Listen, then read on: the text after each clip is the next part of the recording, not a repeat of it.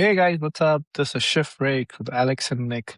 Alex, how you doing, man? These are some tough times around. I hope you're doing well. Yeah, I'm doing great. I mean, the world is on fire, but hey, we got the Australian GP in Melbourne this weekend, so we got something to be Yeah, happy and excited about. yeah. On a lighter note, let's talk about F1, I guess. Let's talk about predictions for Australian GP. And the first segment I want to present out there is the race dominators, where we will talk about a predicted way of who will be on podiums. For me, it will be P3 Charles Leclerc. On P2, it will be Russell. And P1 will be Max. I think Max is going to bring some of his old game back because the driver has to be one with the car, and I kind of feel like he has some kind of understanding of the car, even though there was some issues in practice sessions. But I still believe that he will just marginally have a good race and pin Russell and Charles. So this is my prediction. What about you, Alex? I can feel that little Max like agenda here because I I love Max. I think he's a phenomenal driver, but I'm just not convinced with the Red Okay. Bull car at the moment. For me, at three, I would put Max. At two, I'd put Charles, and at one, I'd put Lando. I think the Ferrari at the moment will be quick, and I think Hamilton will be in the top five as well. I think we will Mhm. see a very interesting race start with how they will utilize their first gear and their gearboxes and their starting package, both for Red Bull and Ferrari. Mercedes, I think, will definitely have a fast car, but I just don't trust Russell and Kimi.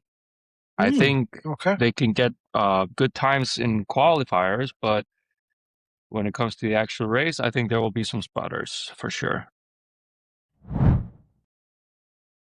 So let's jump into the next segment then. I've designed this next segment called as the Great Latifi Moment because Latifi always had his situations where he could impact the race on its own and history dictates. Right. So this segment in a way will design a team or a driver would impact the race in a negative way. So for me in this situation, it is Aston Martin. I believe there would be some kind of breakage in Aston Martin during the race, which will turn the race in somebody else's favor. And I don't want to say Lance Stroll, but yes, it will be him. I mean, what's going on with Aston Martin now is just a downward spiral that never ends, it seems. Like it Mhm. gets worse by the week. Now we're hearing that there's clear issues with the Honda power unit in terms of it generates this crazy vibration that goes through the chassis, and we're talking about permanent nerve damage from the drivers after just what 20-25 laps. So Yeah. I don't even think they're going to finish the race with the current No, condition of the car. So I don't think that they will finish the race because Alonso is predicting around 25 laps before some severe nerves, and Lance Stroll is saying 15. So they might utilize this race as just gathering some data. I mean, to be in that situation at the first phase is not the dream start they thought they would get with Honda and Yui. But I mean, if you look at Honda, past couple years, Red Bull haven't been delivering, and they've had issues True. even way before that. Um, so I mean, I hope they at least deliver a car that's competitive enough to finish a whole race. Like, let's True. start there. And hopefully we can see Fernando more confident and not as depressed as he seems these days. It really breaks my heart seeing the way he's just acting and looking really, really sad. What's your Latifi So, moment? yeah, on that, I think for sure, I would think it's a miracle that not one car will sputter or stay standstill at the race start Hmm. with the way they have to rev the turbo for like 10 seconds or even more. So Mm. I'm going with Colapinto and Alpine. Just a gut feeling.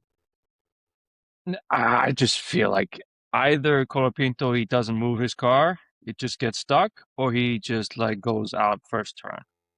It's the Hmm. gravel. It's not a I bad prediction. yeah. I feel it's possible. So there are a lot of other things, as you rightly mentioned, Aston Martin thing. So I don't need to cover that more.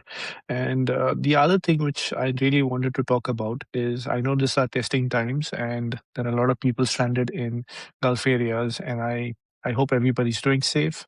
The war is not what you have asked for, but it is happening. So I hope everybody is safe and sound, and best wishes to everybody there. But it might affect F1 on a very small scale or large scale. I don't know. But because there are so many, there is after Australian GP, there is Japanese and Chinese, and then they go to Bahrain. So there would be a huge, if this remains, then they would have to change the venue from Bahrain and Saudi Arabia. So F1 has been discussing about probable, venues like Imola is one. They're even talking about the Turkish circuit, but I'm not sure about it. Germany, there's one more. I don't know. There was wild speculations of Indian circuit being one, but that has very less You'd love chances. that. Yeah, I would love that, but I think there is very less chances of it. I was just reading a tweet from US government right now saying that they are ready to host all the races in US, and I think that's enough of US. We already have a way too many races in US, so I don't think so. We need that. What's your way on it? I think Imola is a dead cert to Hmm. throw in. So we will have True. both Yeah. Monza and Imola. Um, yeah, it will be. It's a tough situation for sure. Um, who knows? Maybe they will go ahead with at least one of the races. So I'm just excited. In just few hours, we'll have the qualifications, and we're really excited to kickstart the F journey. Just imagine there are two more drivers on the circuit. There is a one new team, and huge rules regulations have been changed.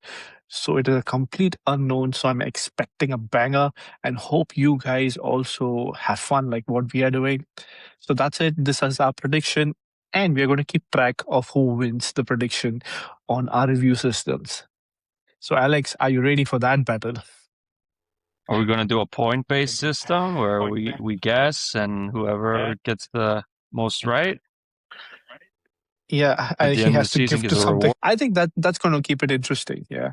So yeah, that's what we will follow on the review systems. So that's it, guys. Okay, have hope everybody's safe and see you soon. Bye. Bye bye.